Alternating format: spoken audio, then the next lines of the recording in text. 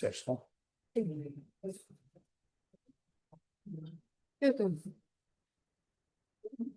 მოგესალმებით ყველას, ერთი კიდევ დიდი ბოდიში დაგვიანებისათვის. ეს გვაქვს ორი მოხსენება. პირველი ეს არის საბაშო შიტაშვილის, ჩვენი სტუდენტის, ანუ ფსიქოლოგიის სტუდენტის და ასოციაცია ქართული ფსიქოანალიტიკური სივრცის წარმომადგენლის ფსიქოანალიტიკური ფსიქობიოგრაფია გალაქტიონის მელანქოლია. ცხადია, ჩემი დაგვიანება შენ არ გეხება. და მეორე მოხსენებას 15 წუთით გვიან დავიწყეთ, რა? მოგესალმებით, პირველ რიგში მადლობას გიხდით დაინტერესებისთვის და მობრძანებისთვის და განსაკუთრებულ მადლობას ვუხდი ქალბატონ მარინე ჩიტაშვილს ფროიდის დაბადებიდან 170 წლის თავისადმი მიძღვნილი ამ ორკვირეულის ორგანიზებისთვის და ჩემთვის დიდი პატივია, რომ დღეს თქვენს წინაშე წარვადგინო მცირედი ფსიქობიოგრაფიული კვლევა გალაქტიონის შესახებ. მინდა ჩემი მოხსენება დავიწყო ფროიდის ციტატით. როცა ფსიქიატრიული კვლევის საგანი კაცობრიობის უდიდეს წარმომადგენელთა ცხოვრება ხდება, ის არ ესწრაფვის, დაჩრდილოს, სხივთან ფენელი და ამაღლებული და არც სრულყოფილებასა და ბანალური ობიექტურობის უბადრუკობას შორის მანძილის შემცირება ანიჭებს სიამოვნებას. მას ფასეულად მიაჩნია ყველაფერი, რაც შეიძლება მათი ცხოვრებიდან შეიცნოს და თვლის, რომ არავინ არის იმდენად დიდი, ვისაც იმ კანონების მორჩილება შეურაცხყოფდა, რომლებიც თანაბრად განაგებს ჯანმრთელობასაც და ავადმყოფობასაც. 1910 წელს დაწერილ ნაშრომში ფროიდი ფსიქოანალიტიკური ტექნიკის გამოყენებით აანალიზებს და ვინჩის ცხოვრებას, რითიც აფუძნებს ფსიქოანალიტიკური კვლევის მიმართულებას, რომელსაც დღეს ფსიქობიოგრაფიის სახელით ვიცნობთ ფსიქოლოგიაში. ფსიქობიოგრაფიულ კვლევაში ძირითადად ორ მიდგომას იყენებენ. პირველი მიზნად ისახავს სუბიექტის კვლევას მთელი ცხოვრების განმავლობაში, ხოლო მეორე ინდივიდის ბიოგრაფიის ცენტრალურ მოვლენას იღებს ათვლის წერტილად და მის ირგვლივ აგებს კვლევას. ამ შემთხვევაში ჩვენ დავეყრდნობით მეორე მიდგომას და შევეცდებით გალაქტიონის სუიციდის აქტიდან გამომდინარე მოვახდინოთ პოეტის ფსიქიკური დინამიკის რეკონსტრუქცია. მოხსენებას თავმდაბლური მიზნები ამოძრავებს და იმედოვნებს, რომ ხელს შეუწყობს გალაქტიონის ირგვლივ ფსიქოანალიტიკური ინტერესის გაღვივებას. ჩვენი მიზანი არა იმდენად დასკვნების გაკეთება, არამედ დისკუსიული ველის შექმნა სამომავლო კვლევებისთვის. 1958 წელს გალაქტიონი სამკურნალო დაწესებულებაში 4-ჯერ მოხვდა. გარდაცვალების წელსაც პოეტი სამკვირიან კურსს ასრულებს, თუმცა მალევე ბრუნდება სამკურნალო კომბინატის ნერვულ განყოფილებაში. ნოდარ ტაბიძე გალაქტიონის ძმისშვილი იხსენებს 17 მარტს და აღნიშნავს: გალაქტიონი დილით ისეთი აგრესიული აღარ არის, როგორც აქამდე იყო. იგი ძმისშვილს ემორჩილება, რომელიც აცმევს პალტოს და გრძნობს, რომ გალაქტიონს ხელები უკანკალებს. ასეთ დროს გამოსავალი იყო ალკოჰოლის მიღება, მაგრამ იმ დღეს პოეტი გადაწყვეტს, რომ არ დალიოს. იგი მთელი გზა ჩუმად არის. საინტერესოა გალაქტიონის ალკოჰოლის მიღებაზე უარის თქმის გადაწყვეტილება. ვფიქრობთ, ამ მომენტს აგულდაგულო ჩაღრმავება სჭირდება. ყველასთვის ცნობილია, რომ გალაქტიონის ცხოვრება მნიშვნელოვნად იყო დაკავშირებული სპირტიანი სასმელების მოხმარებასთან. თუ გავიხსენებთ კულტურით უკმაყოფილებას, გავახსენდება ისიც, რომ ტანჯვისგან, ტკივილისგან, თუ უკმაყოფილებისგან თავის დაღწევის ერთ-ერთი გზა ამ ფსიქიკური ტანჯვის ანესთეზირებაა ნივთიერებით. ალკოჰოლის მოხმარება, ტანჯვის ანესთეზირება ემსახურება უგრძნობი მდგომარეობის მიღწევას. არაფერია ისეთი მგრძნობი არე, როგორც ცოცხალი და არაფერი ისეთი უგრძნობი, როგორც მკვდარი. აქ უნდა გავიხსენოთ ფროიდის სიამოვნების პრინციპს მიღმა, სადაც ავტორი გვესაუბრება ორ ფუნდამენტურ ლტოლვით ტენდენციაზე ადამიანში.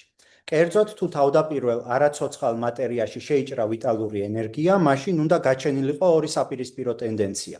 პირველი სიცოცხლის გაგრძელებისთვის, თვითშენახვის, ნარცისული თუ სექსუალური ლტოლვები, მეორე პირველის საწინააღმდეგოდ პირველადი უსიცოცხლო მდგომარეობის აღდგენისკენ თანატოსური ლტოლვა. ამდენად ალკოჰოლის მოხმარება თანატოსური ლტოლვის ტენდენციის გამოვლინებად უნდა მივიჩნიოთ, ხოლო მასზე უარის თქმა და სამკურნალო დაწესებულებაში დაწორლის გადაწყვეტილება თვითშენახვის ლტოლვის გამოვლინებად. აქ ჩვენ ვაწყდებით თეორიულ პრობლემას. თუ galaktioni სიცოცხლის ბოლო დღეს უარს ამბობს ჩვეულ კომპენსატორულ სტრატეგიაზე, თანხმდება ნოდარს ჰოსპიტალიზაციაზე, მაშინ რატომ იკლავს თავს ამ ყველაფრიდან რამდენიმე საათის შემდეგ? ცხადია, ამ კითხვაზე პასუხი უნდა ვეძებოთ სწორედ იმ რამდენიმე საათში, რომელიც საავადმყოფოში დაწოლის გადაწყვეტილებასა და სუიციდს შორის არის მოქცეული. იქამდე კი აუცილებლად მიგვაჩნია გავცეთ პასუხი კითხვაზე, რომელიც კვლავ არ კარგავს აქტუალობას. galaktionis ნაბიჯი იყო თუ არა თვითმკვლელობა.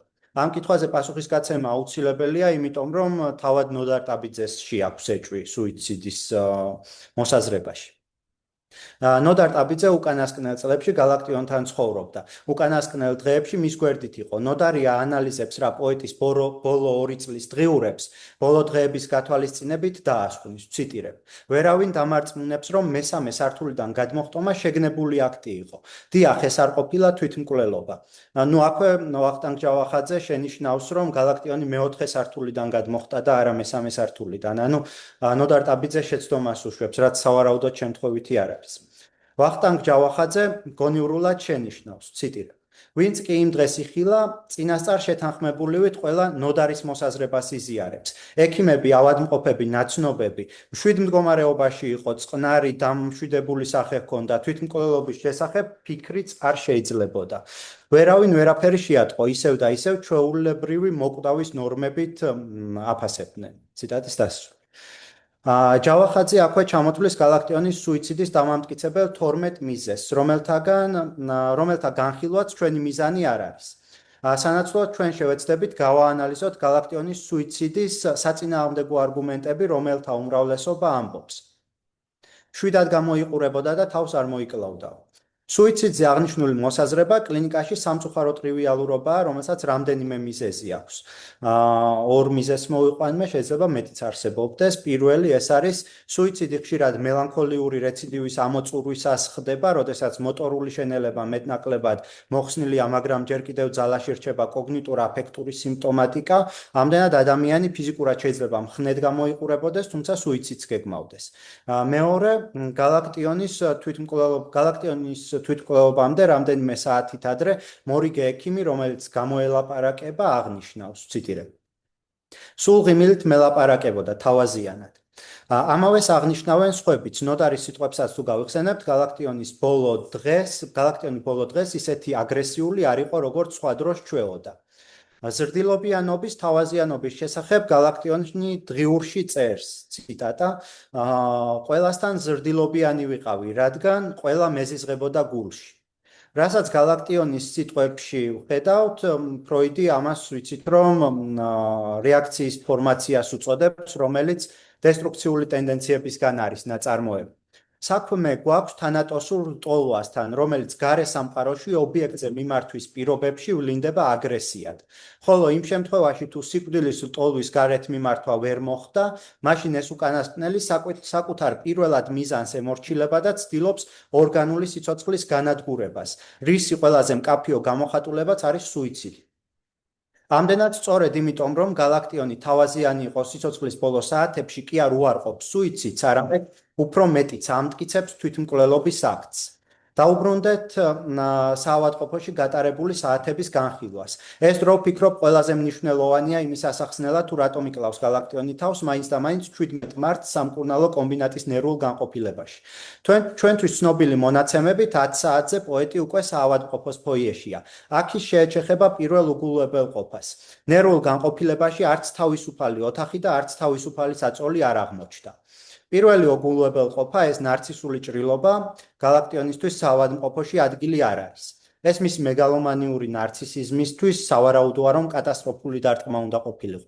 დაახლოებით პირველ საათზე 2 საწოლიან პალატაში მესამე საწოლი დადგეს. ცხადია, ოთახში განთავსებული სხვა ავადმყოფები ამ ფაქტს ყველაზე ლოიალურად არ შეხვედრიან. ექიმების თქმით, პაციენტი ტაბიძეს განემარტა, რომ შეეძლო ოთახში შესვლა, მაგრამ არ შესულა. ვესტიბიულის სკამიდან დიდი ხანი არ დგებოდა.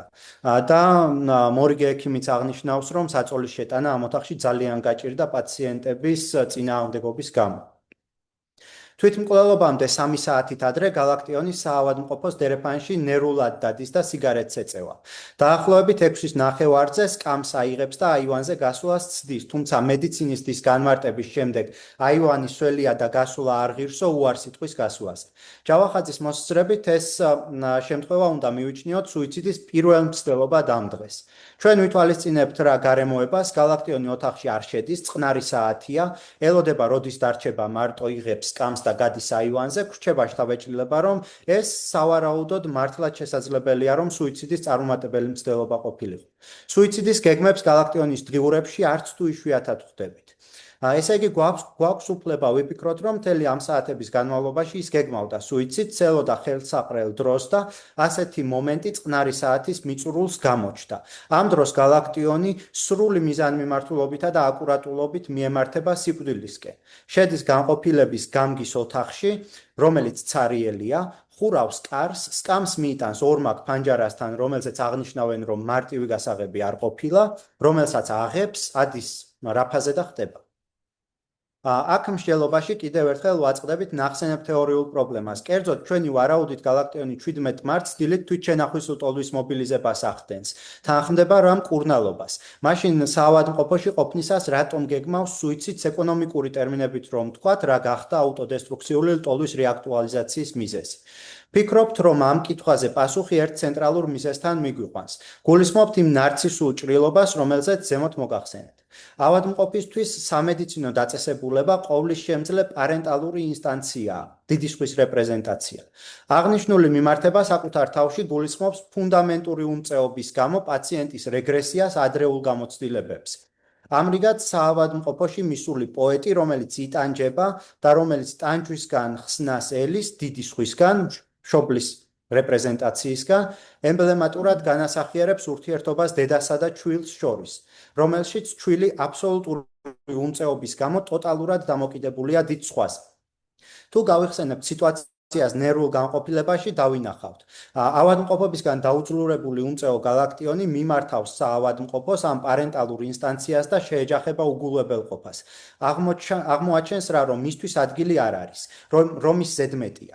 როდესაც ზედმეტი ხარისი არ გაქვს ადგილი სოციუმში, მასსადამე სიცოცხლეში, როგორც ორსაწოლიან პალატაში მესამე საწოლი არ არის ადგილი. გალაქტიონი თითქოს მიტოვებულია პარენტალური ინსტანციის მიერ. მართალია გალაქტიონი 1959 წელს ჩვილი ნამდვილად არ ყოფილა, მაგრამ სტრუქტურული თვალსაზრისით მიმართებები უმწეო ჩვილი გალაქტიონი ყოვლისშემძლე ობიექტი საავადმყოფო არსებითად იგივურია. ამდენად გალაქტიონისთვის აღნიშნული ეპიზოდი შეიძლება პაროქსიზმული ყოფილიყო და მოეხდინა სუიციდის პროვოცირება. დაკვირვებული მსმენელი სრულიად სამართლიანად შენიშნავს და იტყვის. ბევრ ადამიანს ჰქონია მსგავსი უგულებელყოფის გამოცდილება, მაგრამ მათ უმრავლესობას თავი არ მოუკლავთ. ჩვენ აღვნიშნეთ, რომ 17 მარტის ტრაგედია მხოლოდ და მხოლოდ პაროქსიზმული მომენტი იყო, რომელიც თავის მხრივ დეტერმინირებულია უფრო ადრეული გამოცდილებებით. ბიოგრაფიის შესწავლა გვიბიძგებს ვაღიაროთ, რომ გალაქტიონის პიროვნება მელანქოლიური ბუნებისაა და სუიციდით სწორედ ამ მელანქოლიურობასთან შეიძლება იყოს დაკავშირებული. პოეტი დღიურებში, პირად წერილებში, ლექსებში ხშირად უჩივის მელანხოლიას. ამ კუთხით საინტერესოა მართლაც ნიშანდობლივი 1932 წლის 31 დეკემბრის დღიურის ჩანაწერი, რომელსაც ვერ წავიკითხავ, მაგრამ თუ შემდეგ გაჩნდება ინტერესი, შეიძლება ალბათ წაკითხო. სადაც გალაქტიონი აჯამებს გასულ წელს და აღწერს მანიაკალური მდგომარეობისთვის დამახასიათებელ განმუხრუჭებულ და გაუფრთხილებელ ქცევას რისხვიანი ეპიზოდებად. ხოლო შემდგომ მელანქოლიისთვის დამახასიათებელ დაქვეითებულ გუნება-განწყობასა და თანხლებს სუიციდურ აზრებს და ამ ჩანაწერში სიკვდილი წარმოდგენილია როგორც რაღაც რეალური. ამდენად შეიძლება ვივარაუდოთ, რომ გალაქტიონი პერიოდულად მელანქოლიზაციისგან დაცვის სახით ავითარებს მანიაკალურ მდგომარეობას, რაც ერთგვარ ციკლოთიმიურ წრეს კრავს.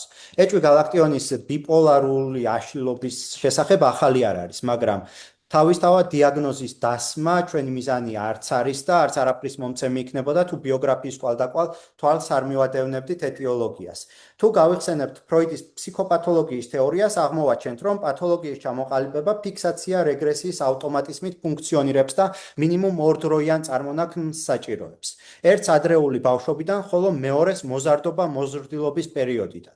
ფროიდი თავის გლოვა და მელანქოლიაში გვთავაზობს ჰიპოთეზას, რომლის მიხედვითაც ფსიქოგენური მელანქოლიური დეპრესია დაკავშირებულია ობიექტის დაკარგვის პათოლოგიზაციასთან, ყველაზე მარტივად რომ ვთქვათ, რომელშიც სუბიექტი ვერ ახერხებს ობიექტისადმი ამბივალენტური ფსიქოაფექტური ინვესტიციების დათმობას. ასეთ პირობებში ობიექტი ინკორპორირდება ეგოში, ხოლო ობიექტისადმი გაუცნობიერებელი დესტრუქციული ტენდენციები მიემართება ეგოს როგორც ობიექტს. ამდენად სუბიექტი მაზოხისტურად პოზიციონირებს გამსჭვალულია ბრალის განცდითა და თვითდასჯის მოთხოვნილებით. თუ ასეთმა პიროვნებამ კლინიკური გამოსავალი ვერ მონახა, მაშინ სუბიექტი ობიექტის განადგურების ყველაზე არქაულ ფორმას მიმართავს. ინადგურებს თავს მასშტაბი ანადგურებს ობიექტს. ამდენად თუ ჩვენ გსურს სრულად რამდენადაც ეს შესაძლებელია გავიგოთ გალაქტიონის სუიციდი, მაშინ აუცილებელია შევისწავლოთ მისი მთელი ბიოგრაფია, დანაკარგის ყველა გამოცდილება ჯერ კიდევ იმ მომენტიდან, სანამ დაიბადებოდა. სამწუხაროდ ამგვარი გლობალური მიზანი ჩვენი შესაძლებლობებს ცდება, ამიტომ შევეცდებით ყურადღება გავამახვილოთ მხოლოდ ზოგიერთ საკითხზე და გვერდი ავუაროთ თემებს, რომლებიც უფრო მნიშვნელოვანიც კი შეიძლება აღმოჩნდნენ, ვიდრე ქვემოთ განხილული. გალაქტიონის ადრეული ბავშვობა გარდაცვალებასთან მჭიდრო კავშირშია. მის დაბადებამდე მამა ვასილი ავადმყოფობისგან გარდაიცვლება. მამის გარდაცვალება მის ფსიქიკაზე ღრმა ნაკვალევს დატოვებს, რაც მის პოეზიაში ნათლად გამოვლინდა. ამ კუთხით უაღრესად საინტერესოა 1916 წლის ლექსი ჭიანურები და მცირე მონაკვეთი ლექსიდან. ხშირად ვიგონებ ვერლენს, როგორც დაღუპულ მამას, დაღურის შეშლილი ცრემლებს მოგონებათა გამას, ხშირად ვიგონებ პარისს, ნახე იგი და დაგმე, ნისლის, სულის და ქარის ლაკმე, სადახარ ლაკმე. პირველ რიგში აღნიშნოთ ის, რაც აშკარაა. ლექსში ვერლენი რეპრეზენტირებს მამას, რომელიც დაკარგული გარდაცვლილია. როგორც ვიცით, ვერლენი ფრანგი პოეტია, შესაბამისად პარიზი მამულის რეპრეზენტაციაა. მაშინ ჩდება კითხვა, რატომ გვეუბნება ავტორი, რომ პარიზი უნდა დაიგნოს. სავარაუდოდ გალაქტიონი ამბივალენტურად არის განწყობილი პარიზი მამულის პატერნალური რეპრეზენტაციის მიმართ. უფრო საინტერესოა ლექსის ბოლო სიტყვები. ფროიდის მიხედვით ყველა სიმპტომის მიღმა დგას ფანტაზმი, რომლითაც თავს ავლენს ლტოლვა. მაშინ რა ფანტაზმი იმალება ლაკმეს მიღმა? როგორც ვიცით, ლაკმე არის ოპერა, რომელიც გვიამბობს ჟერარდისა და ლაკმეს ტრაგიკული სიყვარულის ისტორიაზე, რომელიც გალაქტიონს ძალიან ბევრჯერ აქვს ნანახი. ოპერის ბოლოს ლაკმე თავს იწამლავს და ჟერარდის ხელებში კვდება. ლაკმე კვდება როგორც გალაქტიონის მამა და ჟერარდიც და გალაქტიონიც მარტო რჩებიან ამ სამყაროში მიტოვებულები. სწორედ ამიტომ უნდა დაიგმოს პარიზი როგორც მამა. ფანტაზმი, რომელსაც აქ ხვდებით, არის მიტოვებულობის ფანტაზმი, სადაც სუბიექტი მიტოვებულია სიყვარულის ობიექტის მიერ, ამ შემთხვევაში მამის მიერ.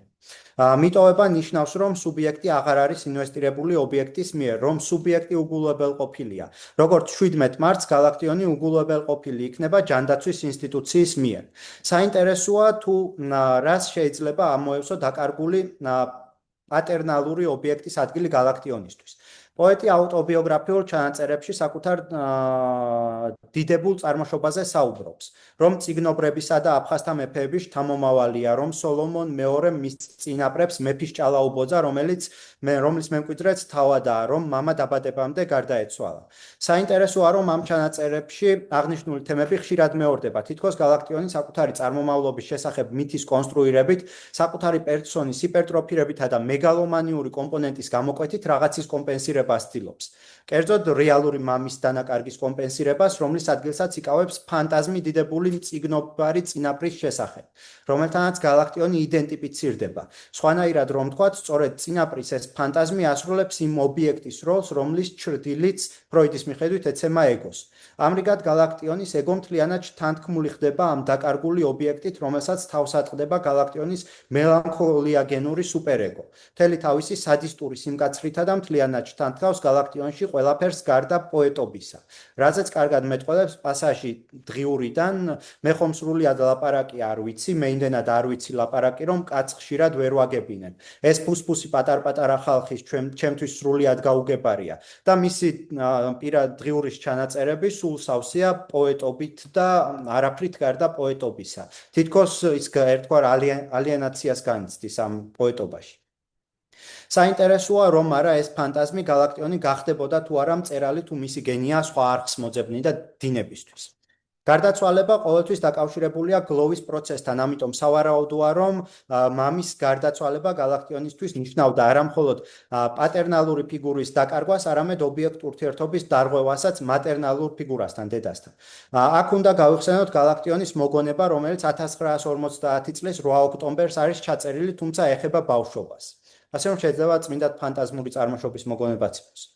ღამეა, დედა ჩონგურზე დაამღერებს, ჩემი ქმარი სად წავიდა, დაუძახეთ სად წავიდა.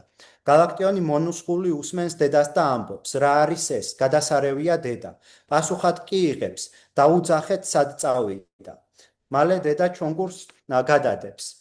ჩამოთვლის შემდეგი დღის საქმეებს და დასცენს. რა გვეშველება, სიმინდი მოსატეხია, ჩალა ასაჩეხია, დავიძინოთ, ჩემო გატუნია. რასაც ამ მოგონებაში ვაკვირდებით არის გლოვი არის ადამიანის მიერ გარე სამყაროს გაუფასურება. მაკრინე გლოვობს ქმარს და ამ გლოვის გარდა სხვა ყველაფერი კარგავს ფასს. მათ შორის გალაქტიონი, რომელიც აღფრთოვანებული მიმართავს დედას, მაგრამ პასუხად იღებს გლოვიარე სიმღერას, რომლის დასრულების შემდეგაც თავს იჩენს ერთგვარი მანიაკალური დაცვა. ხვალ ბევრი საქმე გვაქვს და მოწოდება დაძინებაზე, ჰიპნოზზე, თანატოსზე. უფრო სხვანაირადაც შეიძლება ამ მოგონების განხილვა, როგორც პირველადი სცენის, თუმცა ეს ალბათ მოგვიანებით.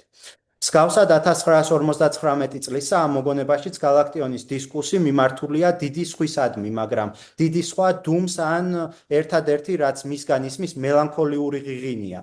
გალაქტიონის ლექსიდან ციტატა წუხვარ ვეძახი სიცოცხლის მიზანს, მაგრამ არავინ იძლევა პასუხს.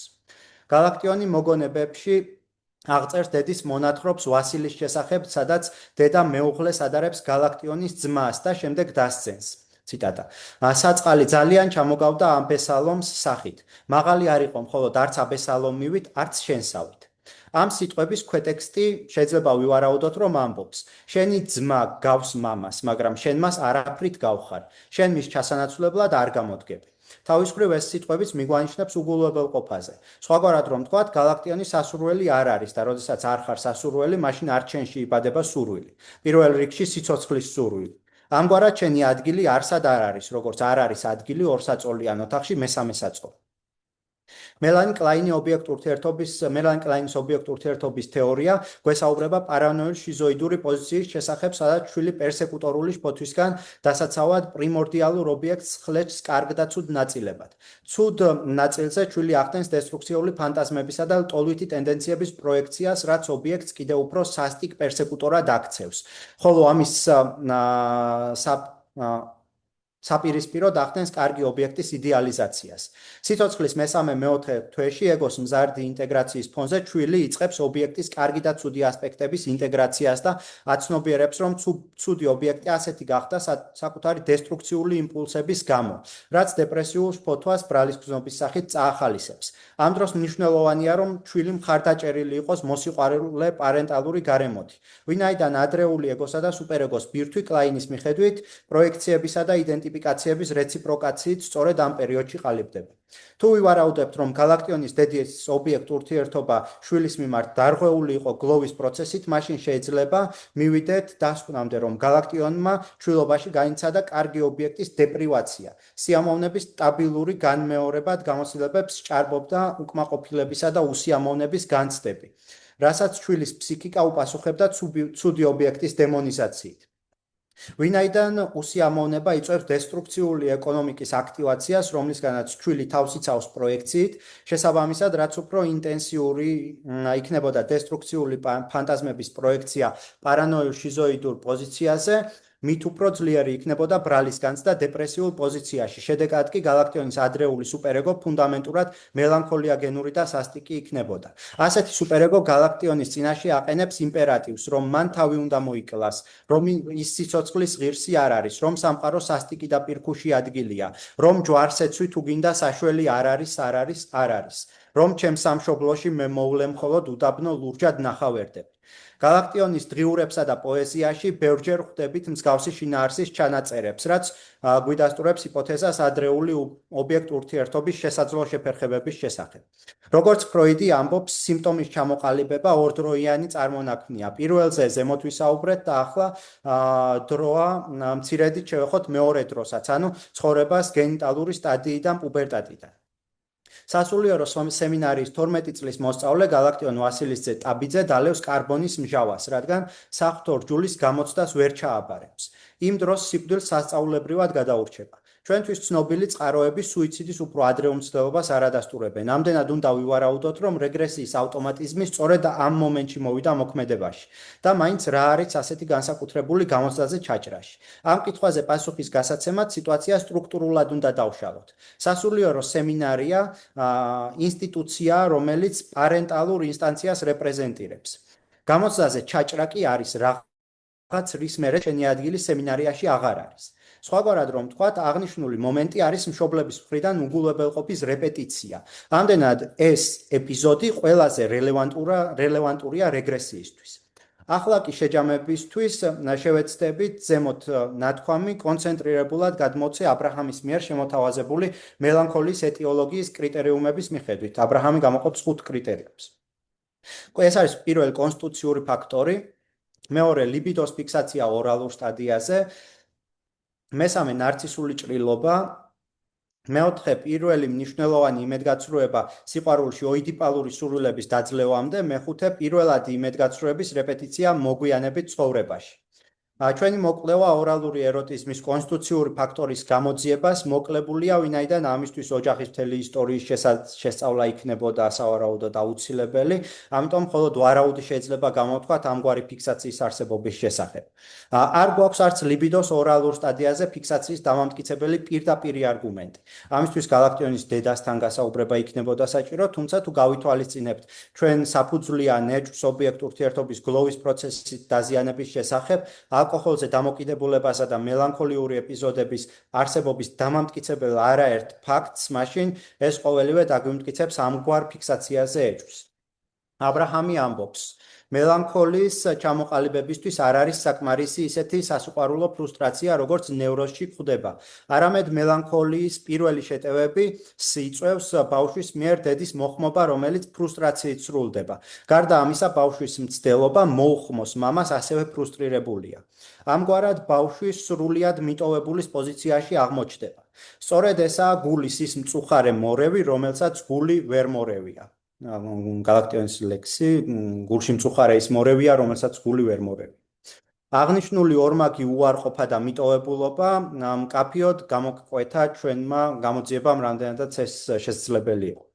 გამოკვლევამ სპეციალურად აუარა გვერდი ოიდიპოსის კომპლექსს, ვინაიდან სუიციდი გაცილებით არქაული აქტია ვიდრე ოიდიპოსი. ამდენად ამ პუნქტში რაიმეს დაბეჯითებით თქმა გაგვიჭირდება, თუმცა თუ გავიხსენებთ იმ მოსაზრებას, რომლის მიხედვითაც გალაქტიონი დედის მიერ უგულებელყოფილია, სხვანაირად რომ თქვათ, გალაქტიონი დედისთვის ვერ აკომპენსირებს ქმრის დანაკარგს, მაშინ შეიძლება ვივარაუდოთ, რომ გალაქტიონის ოიდიპოსიც ობიექტისგან უგულებელყოფით არის დაღდასმული. გამომდინარე იქიდან, რომ გალაქტიონის სუიციდის მცდელობა და მისი მიზეზი დოკუმენტირებულია, ვინაიდან ის მოგვიანებით ცხოვრებას განეკუთვნება, შესაბამისად ამ პუნქტში ყველაზე ძლიერი არგუმენტი გვაქვს პირდაპირი ფაქტის სახით, სადაც სემინარიისგან უგულებელყოფილი გალაქტიონი თავს იწამლავს, ან თუნდაც ბოლო დღის ტრაგედია, ან არაერთი მისი მცდელობა სუიციდის.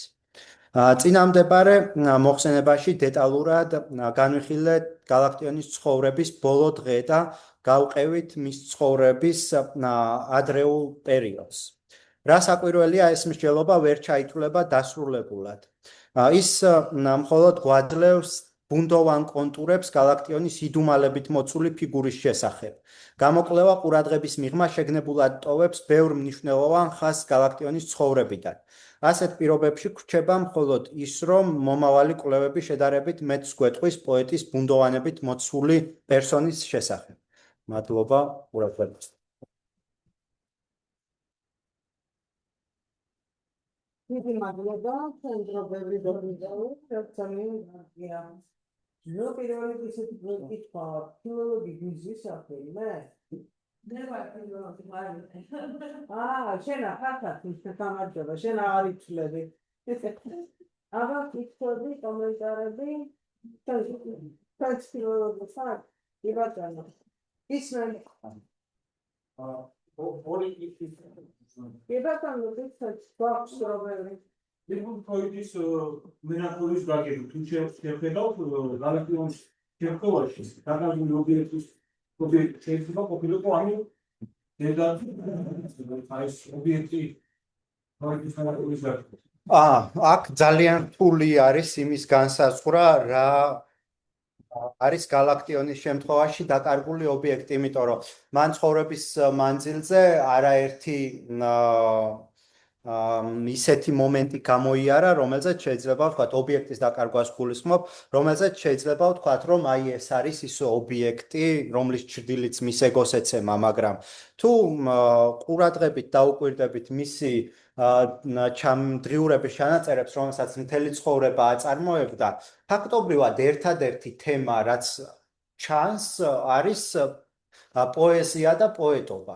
გამუდმებით საუბრობს იმაზე, თუ როდის რა ლექსი დაწერა, რომელ კრებულში რა ლექსი არის შესული. თითქოს მის გარშემო სხვა არც არაფერი არ არსებობს და ამიტომაც უნდა ვიფიქროთ, რომ ამ შემთხვევაში ობიექტი, რომელიც გალაქტიონის პერსონას და მის ეგოს ეცემა, არის რაღაც ფანტაზმური წარმოშობის კონსტრუქტი პოეტობის შესახებ, რომელიც სავარაუდოდ საფუძველს იღებს მწიგნობარი წინაპრიდან, იმიტომ რომ გალაქტიონის მამის მხრიდან ფიგურები იყვნენ მწიგნობრები.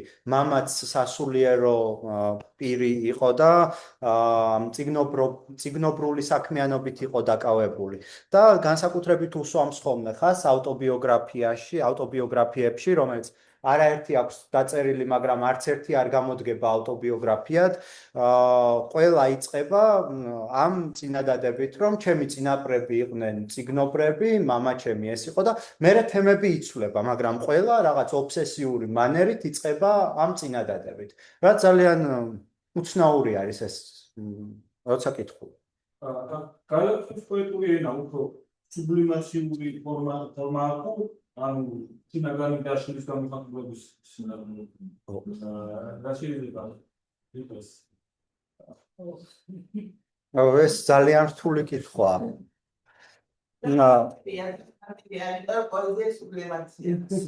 ნუ თუ ასე შევხედავთ, კი, პოეზია სუბლიმაციაა, მაგრამ მე მგონი ამ კითხვაში არის რაღაც უფრო სხვა ქვეტექსტიც, რომელიც ყურადღება უნდა მივაქციოთ, რომელსაც იმიტომ რომ ფაქტობრივად ეს კითხვა შეიძლება გულისხმობდეს იმ კითხვასაც, რა სტრუქტურის არის გალაქტიონი. იმიტომ რომ მისი ნარცისიზმი არის კოლოსალური. სიცოცხლეში ითხოვდა ძეგლის დადგმას, ყურის მარცხენა სანაპიროსთვის გალაქტიონის სახელის დარქმევას, სამტრედიისთვის სახელის გადარქმევას და საგალაქტიონოს დარქმევას. არ ვიცი, შეიძლება გალაქტიონს ამის უფლება ჰქონდა, მაგრამ მე მაინც ვფიქრობ, რომ ცოცხალი ადამიანი არ არის ის, ვინც ამას ითხოვს.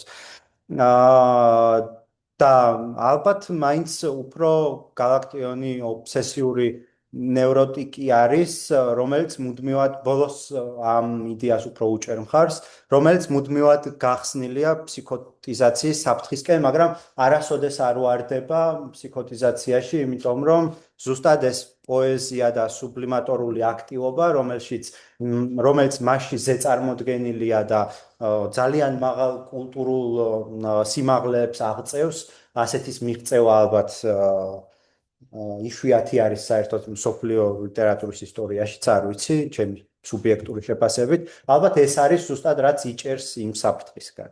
ნუ ამ კითხვაზე ეს პასუხი შემიძლია. მადლობთ. კომენტარი, მადლობა. არა, შევყავთ დაეძახო. მადლობა, სულ მართლა ესეთი უნიკალური მოხსენება, იმიტომ რომ მე არ მომისმენია მსგავს მცდელობა, როგორც წინა შემთხვევებში ლიტერატურას მიეძღვნა, სწორედ ლიტერატურა, ფსიქოანალიტიკური ანალიზი ლიტერატურის და დამზუსტებასი მოხსენებებია.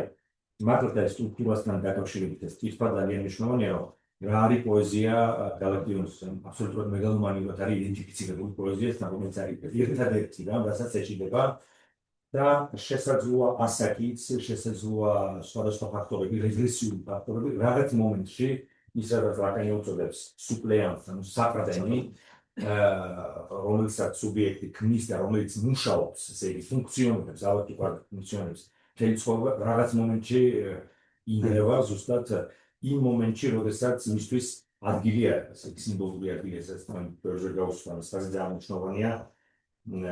ადგილის საკითხი და ჩაწერის საკითხი და წინაპრობითობის რაზეც თქვენ გაამახვილოთ ყურადღებას სრულიად სამართლად, რომ ის ცდილობს რომ მამა აფუნქციონიროს და შექმნას გარკვეული მითი, შეიძლება ეს მითი თუ ეს ფანტაზმი თავისი წინაპრობითობის შესახებ, რომელიც მოკლედ აღწერეთ თქვენ, იყოს ერთგვარი კონსტრუქტი მითსა და ბოდვას შორის, მითსა და ბოდვას შორის, ანუ სადღაც იმიტომ რომ აი მსგავსი მეგალომანიური კომპონენტით, რაც აი ეს მეგალომანიური კომპონენტი არის, რაც საერთოდ გალაქტიონის სტრუქტურაში და რაც ამავე დროს კატასტროფულად შემოუქმდება ბოლოს მას სრული ნარცისტული ჩამოშლით, თუმცა მელანქოლია სრული ჩამოშლით. ძალიან საინტერესო და აგრეთვე შეიძლება აგრეთვე განვიხილოთ იდენტიფიკაცია ბლუიერერასთან. ამაზე არ მიფიქრია საინტერესო. ნუ ანრიგნის ტარიგერის კონცეფტი მაგრამ ეს ალბათ საკმაოდ არის, მაგრამ ყოველ შემთხვევაში დაბადების მომენტიდანვე ის არის დედის ხელში, რომელიც არის გლოვის პროცესი, რომელიც ღერით დავიგროვებთ. მას დედის ნანის და ნანას ნაცვლად აქვს ჩანაწერი, რომ ესმის თუ როგორ გლოვობს გლოვიერებს, მაგრამ ამასთან იდენტიფიკაცია კატასტროფული იდენტიფიკაცია. ამავე დროს პატერნალური ინსტანცია, საავადმყოფო ინსტიტუცია, რომელშიც არ არის მისული. მაშინ თამას უნდა რომ მთელი სანაპირო იყოს მისი.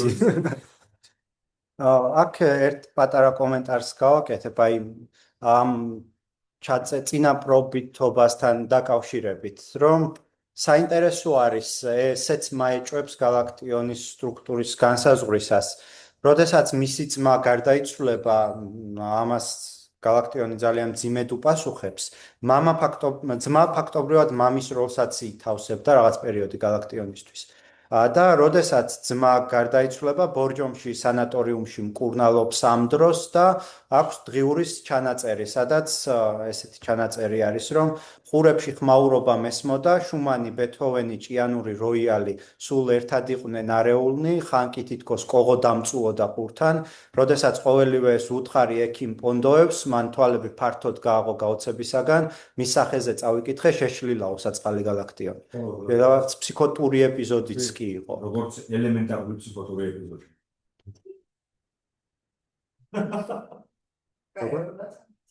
როგორ? მითუსი ქვია უბრალოდ. არა, მითუსი ხარი ეს სხვა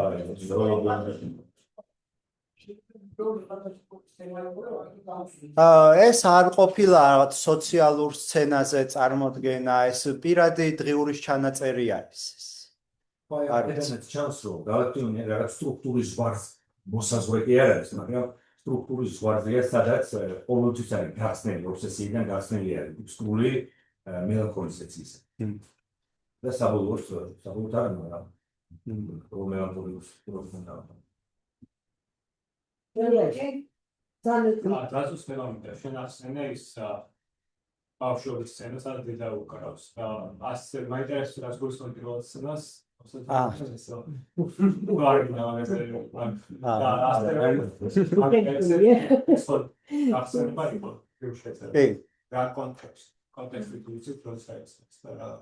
კონტექსტი არ ვიცით, ეს უბრალოდ დღიურში არის ჩანაწერი 1950 წელს, ამ დროს არის 62-ის დაახლოებით. ან შეიძლება ცოტა მეტისაც. და იხსენებს რაღაც ამ ბავშვობის მოგონებას, ხო? სადაც დედა არის ჩონგურზე, უკრავს და მამის გლოვის სიმღერას და მერე ლანძღავს მამას, სად მიწაში წავიდა, სად ქვესკნელში წავიდა, მოაყოლებს. და გალაქტიონი ამას უყურებს აღტაცებული და აღფრთოვანებული და ეხა აქ შეიძლება პირველად დისცენის კვალსაც მივაკვლიოთ როგორც რაღაც კი, როგორც გალაქტიონი, რომელიც უმზერს მშობლებს შორის სექსუალურ აქტს.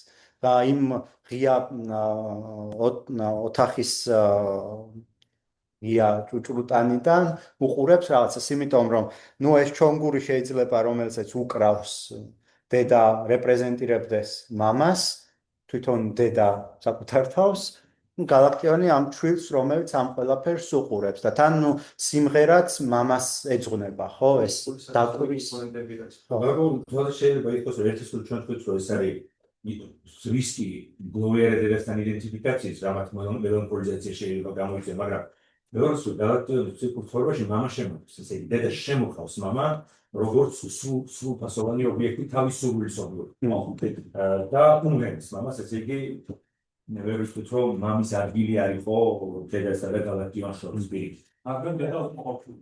ხო, დედა უკნა ყოფილი, დედა წერილს პარტიულად მაინც როგორც ყველა გლოვიერი, ხო? მაგრამ დედა ნორმალურად გაიცავდა და ბოლოს იმპული საყვედურს, საყვედის ანიცერს საყვედურს. მაგრამ მამა შემოდის ამ მომენტში სრულფასობაში. სიტყვაში, ხო, იმიტომ რომ შესაძლოა ლაგანისთვის მამა არის ის რომ მას ადგილი ჰქონდეს დედის სიტყვაში, წარმონაქმნში და დედის სურვილში. თუმცა გლოვიერებებს ეს შეკითხვა მაქვს წმინდა ფაქტობრივი დაზუსტების კვალობაზე. მე რამდენადაც მახსოვს გალაქტიონს ამ დაიბადებოდა მამამანამდე გარდაიცვალა. კი, ასე ვთქვი, კი. ხო ესეა რა? მაშინ ესე იგი ლაპარაკი არა პირველად სცენაზე რომელსაც უყურებს, არამედ ფანტაზმს. კი, ფანტაზმს გულისხმობ. პირველად სცენა როგორც ფანტაზმი. კი, პირველად სცენაზე. მეორე დაზუსტებისათვის ეს ძმა რამდენი წელსაც გარდაეცვალა? ძმა უკვე დიდი იყო რომ გარდაეცვალა. თუ სწორად მახსოვს ეს მოხდა 1938 წელს. ხო და ასეთ შემთხვევაში დედის ფრაზა რომ მამა შენს არ გავხარ ძმა გავს. ეს ხო არ არის შემოbrunების ანუ ამ წუთაზნა ერიქსონის პოზიციიდან უყურებ და ეს ხო არ არის სადაც ის ფაქტობრივად უკვე ზრდასრულ ასაკში როგორ ვთქვა, იღებს კიდევ ასე ვთქვა ტრაუმას იმის შესახებ, რომ მამასთან მას კავშირი არ აქვს. კი, მე თუ სწორად გავიგე თქვენი კითხვა, მეც ამაზე გავამახვილა ყურადღება, რომ თითქოს გალაქტიონის ძმა არის ის, ვინც საკმარისად კარგია ამ ადგილის დასაკავებლად და თვითონ გალაქტიონი არა. თვითონ გალაქტიონი არის ვიღაც ვინც არ არის გამოსადეგი ამ მამის ადგილის დასაკავებლად. ეს უძლებენ თვითონ უნიტარულ ერთეულ შტრიხს, რომელიც არის იდენტიფიკაციის კეთილი, ნევროტული იდენტიფიკაციის, რომ შენ მამისნაირი გამოხედვა გაქვს, მამის ელფერი გადაკრავს და ეს საკმარისია ხოლმე ფიჩისთვის, რომ მამასთან იდენტიფიცირდეს და ზუსტად გალაქტიონის დედა ეუბნება, რომ შენ არ გაქვს, შენ არაფერ მამის შვილს. ოიდიპალურად შეიძლება რომ ამით ისმენტიცებს. Ibel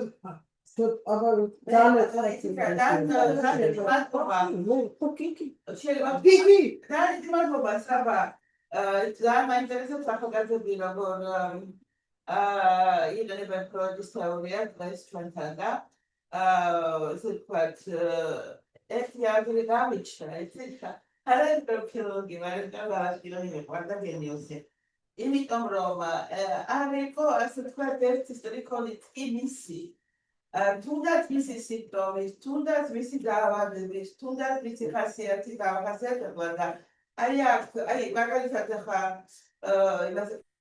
გიორგი ვაისბრასეს ლეონარდოს მოგონება, ხო ლეონარდოს ფანტაზიაზე არის აგებული ესე ვთქვათ რაღაცა. ანუ ის რაც არის მისი წარმოდგენა და მინდა აი აქ გავიხსენო ღირიკოდი და ვინიკოტის გარდამავალი სივრცე. იმიტომ რომ ვინიკოტი ამბობს, რომ ხელოვნება და ხელოვანი არსებობს აი ამ გარდამავალ სივრცეში. და თუ ჩვენ გვინდა ხელოვანი აღწერო და მისი შემოქმედება, ხო? ნუ აღწერთ, აი როგორ აღწერთ ისი, აი როგორ თქვა, ყველას გავაკეთეთ ოპერაცია, გული და უღეთ, ან მაგალითად ქონდა რაღაც მელანქოლია, ან მაგალითად რაღაცა დიდი, მაგრამ თუ ჩვენ გვინდა ის გავიგოთ როგორც პიროვნება, როგორც ხელოვანი და შევარდნოთ მისი შემოქმედება, მაშინ უნდა აი ამ გარდამავალ სივრცეს მივმართოთ, იმიტომ რომ ეს არის ვიცით რომ პირველადი თამაშის სივრცე, სადაც ობიექტები ჩნდებიან, ოღონდ ეს ობიექტები სუბიექტური ობიექტები არა და ყველა გალაქტიონი არა გარდამავალ სივრცეში და როცა ბავშვი თამაშობს, შემდეგ წერალია მხატვარი, შემდეგ აი მის შემოქმედება ზუსტად ამ გარდამავალ სივრცეშია მასა და რეალობა შორის, სადაც რაღაცა არის თუ ამავალი და აი ეს არის მისი შემოქმედება რა. ძალიან დიდ ინფორმაციას იძლევა აი ამ სიმპტომებზე, ტკივილზე, ისტორიაზე, აი მაგალითად ის დედას ვერ გითხავთო, ლექსებს გითხავთ რა, ლექსებს გველდება ყველაფერს, ამიტომ და გამიგდებოდა თქვენი ნაშრომი აი ესეც რომ ესე გადახელოთ რა, იმიტომ რომ გასაინტერესოა, მაგრამ ცოტა სული დამატება ის გალაქტიონი და სული უნდა შემოიტანოთ ისე ვთქვათ. გარდამავალ სივრცეზე შევნიშნავდი მეც რომ ვინიკოტთან გარდამავალი სივრცე არის ეტაპი, რომელიც უნდა დაიკარგოს. ის ამბობს, ეს არის თამაშისა და შემოქმედების აუცილებელი სივრცე, სადაც ზოგადად ობიექტი არის სუბიექტური, მაგრამ და გარდამავალ სივრცეს თავისი ობიექტია, გარდამავალი ობიექტი, რომელიც უკანმოუბრუნებლად ამბობს ის სუბიექტური ობიექტი, გარდამავალი არის სუბიექტური ობიექტი და ხელოვნება რჩება ამ ხელოვანი მერაკოს ვერ არის ისე თქვათ სრულიად გამთელი და სრულფასოვანი ადამიანი. ის ბავშვია სადღაც რა. რუსთაველი მახსოვს ბავშვი თამაშობდა ოქროს დავში. ანუ ეს ბავშვი სივრცე არის, იმიტომ რომ არ არსებობს პოეტი, რომელიც იყო ფსიქიკურად არა დაცული იქონდეს ობიექტურ სამთავროს და რეალობასთან ურთიერთობა. რასაც და მისი ამბობს, ხო? მისი ბარი კაცი ობეოჯახტე რომელსაც ისწავლა პროფესორი შვილი ყავდა რეალობასთან კონტაქტში ეს გალაქტიონი ისეთი უსუსული იყო რომ იქიდან წერდა ოზარო რათი გაქო წამეო ანუ აბსოლუტურად ბავშვი იყო რა და იყო გრანდიოზული მხოლოდ პოეზიაში და რაც შეეხება კიდევ და ყველა გავჩერდები რაც ისტორიული იყო Olga ძალიან ისტორიული. აი ეს მიწაში ჩახვედია ხო მახსოვს ლაშაბახელის ხო და ძალიან საინტერესო გამოფენა გალაქტიონის წერილების ლიტერატურის ინსტიტუტში და როგორ არის თვით აი ყველაფრის მითოლოგიზაციას ახდენს გალაქტიონი რა მან თუ მოდის რაღაცა მათი სახლი იქცევა ეს კიდოვნაც თუ დედამისი პირის იმას რომ მარია ყავს მარია ამირადად იქცევა და რაღაც მითოლოგიური მასაკები მიწაში ჩადის რომელი აღწევს ხო ანუ ყველაფერს ეს რაღაცაა ესეც ეს არის პოეტური სამყარო და პოეზია რა იმიტომ რომ პოეზიაში სამყარო მითოლოგიზირებულია და ლიანია ის მოხდა მაგრამ ის ყოველთვის უნდა აღდგეს თორე რამდენ გაფრთხილება ეს კიდევ მეორე საკითხია მაგრამ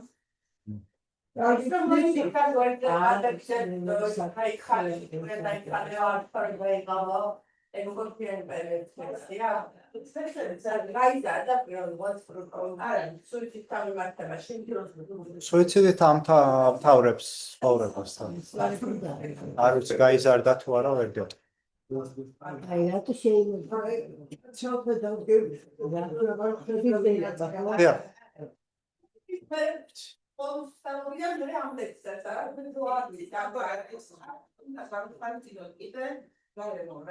სოციალური გარემო რომელსაც გაანადგურა და წელს კავშირი წინათ შესაძლოა გაანადგურეს პროფესორ შეიძლება გავიგართება ანუ ის ყოველთვის მესამე იყო ხო როგორც რეგშია ესე ვთქვათ ეს არის მესამე ხო აი ეს მესამე კატასტროფა და ტრაგედიული ამ ლექსში სხვა შორის ოიდიპური ფანტაზმის დაჭერა მე მგონი შეგვიძლია, მაგრამ კიდევ რაც თქვენ ძალიან მნიშვნელოვანი ახსენეთ, ის სოციოკულტურული გარემო რაც იყო. ნუ მე ახლა ამ ვერ შევიტანეთ, დროც ლიმიტირებული იყო და ბევრი მიზე ამას ალბათ კიდე ცალკე დამატებით უზარმაზარი კვლევაც სჭირდება მის შესწავლას.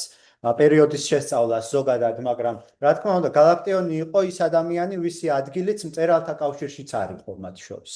და ნუ ამ დღეს გარდა იმისა, რომ საავადმყოფოს მხრიდან უგულებელყოფილია გალაქტიონი, ამავე დროს წერლების მხრიდანაც უგულებელყოფილია.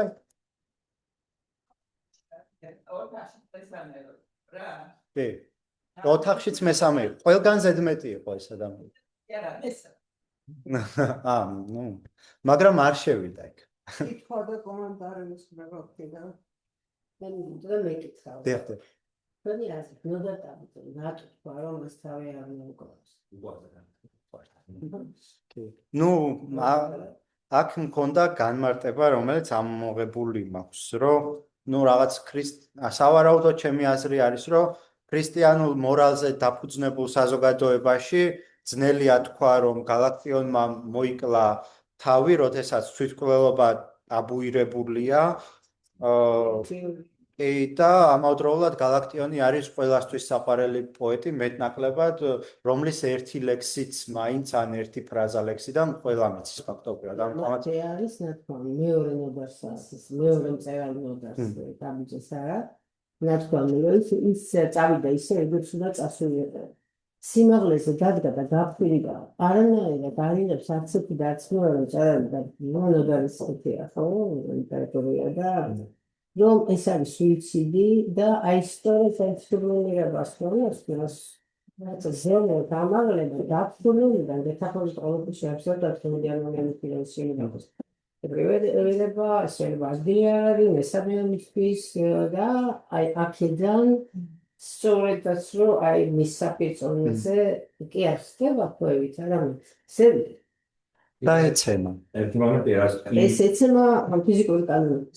და ჩვენ თუ სულიერება შემოვიტანთ, საფრთხე გამოგიჩვენეს, ხო, მაშინ არ ეცემა.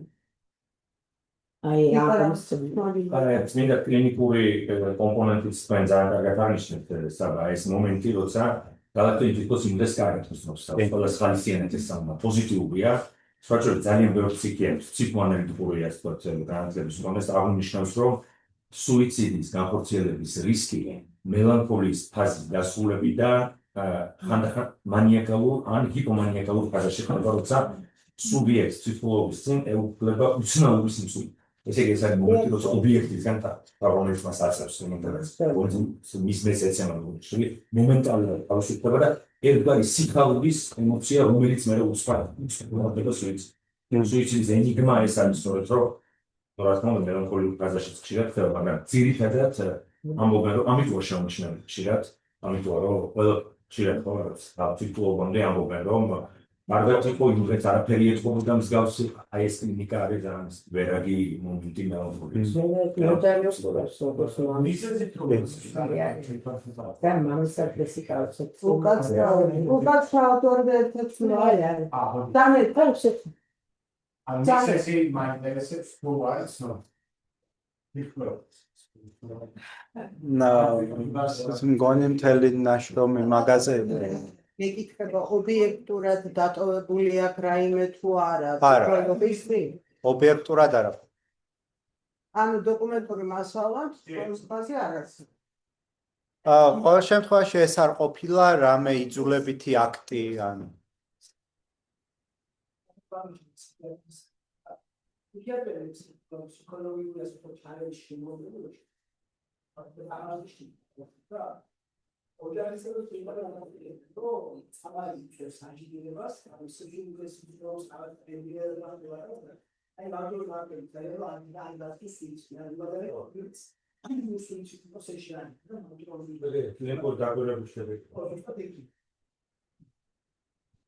ხო, მოდი ესე ვთქვა, ძალიან დიდი მადლობა იმისათვის, რაც მოიტანე, მაგრამ თუ აპირებ ამაზე გაგრძელებას და ამის სერიოზულ ნაშრომად ქცევას, მაშინ ასეთ შემთხვევაში წმინდად ესეთი ჩარჩო, რომლის გალაქტიონი ძალიან დიდია. მე არასოდეს არ მიცდია, ეს ჩემი სუბიექტური აზრია, მე არასოდეს არ მიცდია მისი ამ ფსიქოლოგიური თვალსაზრისით შეხედვა, უბრალოდ სახში ის იყო რა, ერთი წლის იყავი შენ რომ გალაქტიონი მოხდა და ისეთი ამბავი იყო თბილისში, რომ მოკლედ ერთი სიტყვით. სკოლაშიც რას არ ჩვენ სკოლაში არ გვასწავლდნენ გალაქტიონს, რა ერთი 3 ლექსი იყო სულ, რომელიც მე შედევრები იყო და ნუ ერთი სიტყვით მე სახში დავჭიქ წავიკითხე გავგიჟდი მომეწონა და ასე შემდეგ, ასე რომ მე ნაკლებად მე გალაქტიონის პოეზიას ვიცნობდა. Eğer დავფიქრდი კიდევაც იმაზე, რომ ალბათ სხვა რა უნდა გაეკეთებინა, აბა როგორ უნდა ესრულებინა სიცოცხლე. ანუ ჩემთვის მისი თვითმკვლელობა როგორ გითხრათ თუ გავუყვებით დინამიკას, დაგვიანებულიც კია. ძალიან ცუდრამეს ვამბობ, ეხლა ნოდარ დავიძე ძმისშვილია და ამიტომ მისთვის ეს არ მოუკლავს თავი. ითვლება რომ ჯავახაძე ძალიან სერიოზული მკვლევარია და ყველა იმას ახლა მე არ წამიკითხე რაღაც დეტალი ისინი ფრაგმენტები წავიკითხე, მაგრამ თუ გადმოვდეთ წინდა ფსიქობიოგრაფიის თვალსაზრისით, მაშინ უნდა ავიღოთ მასალა, რომლის მოხაზული გაქვს, რომ შეგიძლია არ იყო მარტო მისი დღიურები და დღიურებზე დაყრდნობით გააკეთა. ამას ეფუძნება მისი დღიურში. მინდა იმ დღიურებში კიდე ბევრი რაღაცაა, იმიტომ რომ იმ დღიურებში არის თავის ნახატებიანად ზუსტად ის რაც იყო მანიაკალური აქტუალება და მაშინ პარალელი იმასთან, რაც წერს მაშინ ამ დროს. იმიტომ რომ მისთვის ყველაზე მძიმე ჩავარდნა იყო ერთი 17-18 წლებში. 21-24 წლები ისე ტრაგიკულად მას არ გადაუტანია. 17-18 წლებში იყო და მეორე იყო, როდესაც ოლღა გადაასახლეს. მატარებელი დგას როგორც ლამა მატარებელი სულ ჩქარდა და მე მქონდა საშინელი ჩავარდნა ნაწერების მხრივაც ეს სხვა რაღაცებთან შედარებით. ამიტომ ჩემი აზრით რომ გავყვეთ ამ ფსიქობიოგრაფიას, ხო? ბევრი რამე გიწერია, მაგრამ ანალიზისათვის მე მგონია რომ აი ეს საკონდო მომენტები, მე მაგალითად არ ვიცოდი ეს პირველი თვითმკვლელობის მცდელობა. 12 წლის. 12 წლის ასაკში. ხო, პირველი თვითმკვლელობის მცდელობა მე თუ მკითხავთ, ყველაზე მაგარი კლინიკური ის არის, რა ქვია, ნიშანი რა. ხო და ეხლა მივხვდი რატომ ეს კაცი ამდენი ხანი ცოცხალი რატო იყო. თუმცა ეს არ ვიცოდი და ამიტომ თუ ჩვენ გვინდა რომ კლასიკური ფსიქობიოგრაფიის ასე ვთქვათ ჩარჩოში ჩავსვათ ნაწერი, ანუ მისი პროზა, მასთან მოყოლებული ლექსი, ცხოვრებისეული მოვლენა. და ასე იმიტომ რომ ლექსები თქონდა თავში და ასეთ შემთხვევაში არა მე ვერასოდეს ვერ გავხდები გალაქტიონი ის გენიოსი იყო, მაგრამ ეს ჩვენ ხომ მას არ ვუყურებთ როგორც გენიოს. ჩვენ გვაინტერესებს მისი ფსიქოლოგიური პორტრეტი, ფსიქობიოგრაფია ეგ არის. არა, როგორ არ გამოვა, კაცო, ეხლა ის რა ქვია, მარტინ ლუთერ კინგზე წერს და მაჰათმა განდიზე წერს და არსად არ უარყოფს მათ საზოგადოებრივ მოღვაწეობას, მაგრამ აკეთებს სუფთად ფსიქოლოგიურ ანალიზს. მე შეგნებულად მოვიყვანა ფროიდის ციტატა, რომელიც ზუსტად ამ საზღვრებს უწესებს ფსიქოანალიზს, რა არის მისი კვლევის ობიექტი. მაგრამ თვითონ კარგად გადის ლეონარდო და ვინჩიში და უკრეფავში, დიდ მოდულში რა. ის ფროიდია და მე. არა, მაგითო პიორსექის პროფიტია. ამიტომ ზერა ყოფილა ისე რომელიც პროცედურა არის სოფლმელი აღარ მახსოვს. ანუ მაგითო გეუბნები რომ ეს რაც მე ძალიან გული დამწყდა რომ ვერ მოусმინე ლიტერატურაზე ჯავახიშვილის გარჩევას, მაგრამ იმედი არ ჩაიწერეთ და მომასწრებთ. ხო და ამიტომ ეს თუ ფსიქობიოგრაფიაში გვინდა გავიყვანოთ, მაშინ ავიღოთ ეს ჩარჩო. არაფერი მაგით არ შეიცვლება, მაგრამ ის რომ ეს არის მისი ლოგიკური დასასრული, რასაც ის აკეთებს, მე მგონი პირიქით უკეთესი იქნება. მეთოდოლოგიური გამართვა უნდა რა, მეტი არის. რაც თქო იმითო იმისთვის რომ იქვლიო არ უნდა აღფრთოვანდე მისი გენი. და თუ ამ ისტორიულ ფანტაზმში ხარ რომ რა მაგარი გალაქტიონი ასე შემთხვევაში გადახვალ მაქსიმუმად მაგაზი შემიძლია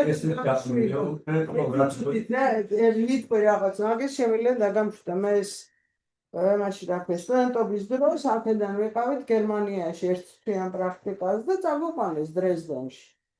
ნუ ნახე ეს რა ქვია რაფაელის მადონა დრეზდენის გალერეაში რომელიც არის. ნუ ეს რუსებმა ჯერ აქ ჩამოიტანეს და მე დაუბრუნეს რა. ხოდი იქნა ჩავედი მე ლენინგრადში ჩემი მეგობარი ცხოვრობდა იმასთან ჩავედი და რაღაცაზე ელაპარაკები ეს ნახე აუ როგორ მომეწყონა და და ვეუბნები რომ რა ვიცი ამდენად მომისმენია და ეს რაფაელის მადონა სულ არ მომეწონა მე. და ამისი დგას ჩვენს გვერდზე. შემოხედა ძეთკა რაფაელა და не пострадает. ანუ რაფაელს ამ არაფერი არ დააკარგა რა. და შესაბამისად თუ ფროიდი დიდია რა ძალიან დიდია ამიტომ მას აქვს ამისი უფლება მაგრამ არანაკლებები არიან ჩვენი პრიზმიდან უყურებთ და ეს ის პოეზიას არ ახება რა პოეზია ჩვენთვის მასალაა თორე ახლა ის კაცი როგორ წერდა თუ ნახავ ხო ეგ აბსოლუტურად სხვა რამეა იმიტომ რომ თუ 12 კომეულში არის მისი ჩანაწერებიც რა როგორ წერდა ხო ესე რა თითო ბგერას მიყვება ასოს კი იმას რა ქვია სიტყვას კი არა ბგერას მიყვება და ძალიან ობსესიური მანერი კი მაგრამ ნუ რაც არის რაც მაინდა თქვენ გიხართ ნიშნავს რომ წიგნი კი ეს მთელი ცხოვრების კვლევაა ორი წელი არ დაგეცნო იცი რომ მე წოდინებას რასაც გადავაწყდები ამაში ჩავწერ და მე შეიძლება დავშვე დავწერო ანოზე ბევრი საქმე გაქვს შემდეგ მოხსენდა ჰამლეტზემა იგივეს ვერ გიჩვენე რომ ფულმა როიმა დაგასწრო ეს არ დავწერი რა ცალკე ნაშრომი არ დავწერი არგი ძალიან დიდი მადლობა